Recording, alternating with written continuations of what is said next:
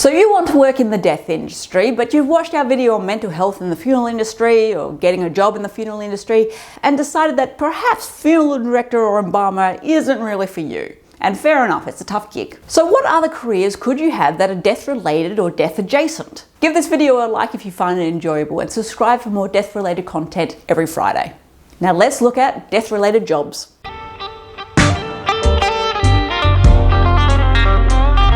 Before we begin, a heads up that the validity of many of these careers will depend on which country you are in, its culture and its laws. Don't be excited about being an aquamation tech if there's no aquamation facility in your country, for example. You could always lobby for it, of course, but that doesn't pay the bills. So just keep that in mind. Pathologist, forensic pathologist. A pathologist works to identify a deceased person's cause of death. A forensic pathologist works to identify a deceased person's cause of death that is thought to have occurred through a criminal act. It is a specialization. Both conduct autopsies and present testimony in criminal and civil court. To be a forensic pathologist, you need to have completed an undergrad degree before going on to complete the relevant medical degree. And if you want to know what an autopsy actually entails, check out our video answering common autopsy questions. Naturally, you will need a medical license to be a pathologist. Coroner. Aha! You thought coroner and forensic pathologist were the same thing, didn't you? Too much TV for you. While the public will use the terms coroner, medical examiner and forensic pathologist interchangeably, and in some countries a coroner must be a forensic pathologist, in other countries like the USA, you do not. Indeed, over there you don't need a medical license, you just need to be appointed to the position. A coroner does do autopsies and does present evidence at trial, but a big part of their job is more generalized mortuary management, such as storing unclaimed bodies, legal paperwork, and notifying families of death. The bodies they see are not necessarily dead because of foul play. A coroner does not require a medical degree, and most only have an undergraduate degree, usually majoring in criminology, forensic science, or anatomy. Grave digger or cemetery worker. If you're someone who enjoys working outside rather than in an office, then this may be for you. It's also particularly good if you're not a people person. This job rarely requires qualification, but a TAFE degree in landscape management or the like will put you in better standing over other candidates. Other than the grave digging itself, you will also be maintaining the graves and headstones, doing a lot of gardening and landscape management, and setting grave markers. While you absolutely can do this job long term, it's also good as an initial stepping stone to get into the industry at large and a great place to network. Cremation, aquamation tech. We'll speak about the crematory tech because they are in the majority, but most of this applies to techs working in aquamation and many other similar body disposal methods. There's a lot more to being a crematory tech than simply pushing the casket into the flames and sweeping it back out again. There is also a lot of legal admin work and dealing with grieving families, whom for many this will be the worst part of the loss. Remember, for many cultures, being there at the cremation is a big part of their grieving practice, and many cremation facilities allow families to witness the cremation, so you're going to have to be an empathetic people person. In Australia, you do not need a particular qualification to do this job, but in many countries you do. Death doula. For this one, I'm going to refer to the Australian Doula College website. It says, an end-of-life doula is a non-medical role that provides support, options and education assisting the dying and those around them to have their end-of-life unfold in alignment with their wishes, to preserve the quality of life, well-being and self-worth up to and beyond the end of life as we know it.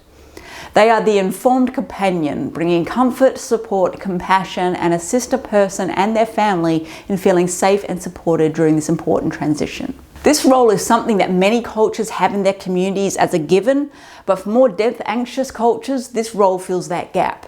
Because the industry is unregulated, certification is only recommended but not mandatory. Grief therapist. It's me! We are also known as grief counsellors, bereavement counsellors, post-suicide support therapists, trauma therapists, and the list goes on. If you aren't aware of the difference between a lot of those words, please check out our grief versus mourning versus bereavement video. But in its purest form, you are a mental health professional that aids people in coming to terms with their grief and loss. We work in hospice, hospitals, community organisations, places of worship, the coroner's office, and independently. It is highly recommended that you become a qualified psychologist because it will give you a wider field to work in, but you can also do a degree in counselling as well. Also, as a heads up, burnout and compassion fatigue is extremely common in this role, and go back and watch our mental health in the funeral industry for more info on that. Funeral celebrant. Like a wedding celebrant, but for funerals. Many people don't want a religious funeral, so a religious leader officiating it wouldn't be appropriate.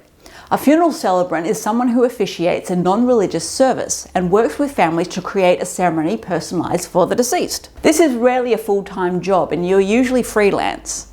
Many who do this are also marriage celebrants. While you do not have to be registered to be a funeral celebrant in Australia, there are many laws that you must follow, and it is strongly recommended that you become a member of the Funeral Celebrant Association of Australia, and their website will be in the description. Forensic science, the police route. Okay, so this is kind of dead body adjacent, but still interesting. In Australia, there are two paths to work in forensic science, the first being the police route. To quote the Australia-New Zealand Policing Advisory Agency, forensic science positions for sworn police officers are, in the majority, within the crime scene division. There are no prerequisite qualifications such as a science degree. The positions are generally for senior constables, which can be achieved after a few years of operational duties. Staff are usually expected to complete a qualification such as an advanced diploma of public safety, forensic investigation and crime scene examination after commencing. Forensic science, the science route. To quote the same agency, to become a forensic scientist, it is not always a prerequisite to have completed a forensics course or any forensics training, although given the competition in the market, a degree and/or postgraduate award in forensic science is naturally advantageous. Many successful applicants have no specific forensic science training, but have a relevant science degree and/or appropriate technical background. Degrees relating to chemistry, biology, life science, applied science, or medical sciences are likely to be the most appropriate, depending on the type of forensic work you want to do. After this, other aspects are considered, such as relevant work experience and personal attributes and skills.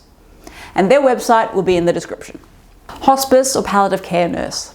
End-of-life nurses, also called hospice nurses or palliative care nurses, work in hospitals, palliative care units and community nursing settings. They are there for you medically, but they also advocate for your wishes, share your concern with doctors, explain medical decisions to your family. They're a sounding board while you deliberate decisions.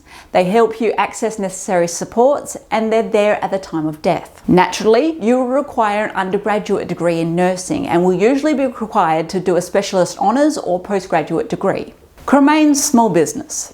If you are a creative person and fancy starting a small business, you can help people create something beautiful with the cremains of their loved one. Many of the ideas that we mentioned in our Unique Things to Do with Cremated Remains video were created by small business owners who had gone into that particular niche. These included painters, boat captains, plane pilots, tattoo artists, tour guides, and various art and craft professionals.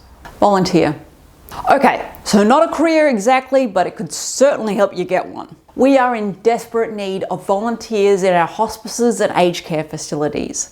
These volunteers provide emotional and practical support to those in palliative care units or hospice and their families. I've mentioned in our terminal illness diagnosis video and our terminal ill kids video, but the terminal ill are often abandoned by those they thought cared about them. And this is often where volunteers come in to prevent loneliness and to sit with someone who is scared and alone. But there's also a practical part. Many family members will refuse to leave their loved one alone, and volunteers often sit with the dying so that their family can go have a shower, pick up the kids, eat dinner. You are also another set of eyes for the staff, for we'll just say a variety of reasons. Most hospices have a volunteer program and they train you up before you start. And as someone who has worked in hospice, a massive thank you to all the volunteers. You are worth your weight in gold. I hope we've managed to give you a few ideas. You will need to do your own research and you will find links in the description. Work out what it is about death and dying that interests you, and be honest with yourself about what your skills are and what your personality is. Not everyone is meant for these jobs. Most of them are also incredibly competitive to get into, so you're going to need to work hard and network like crazy. But it's worth it. Now, go talk death.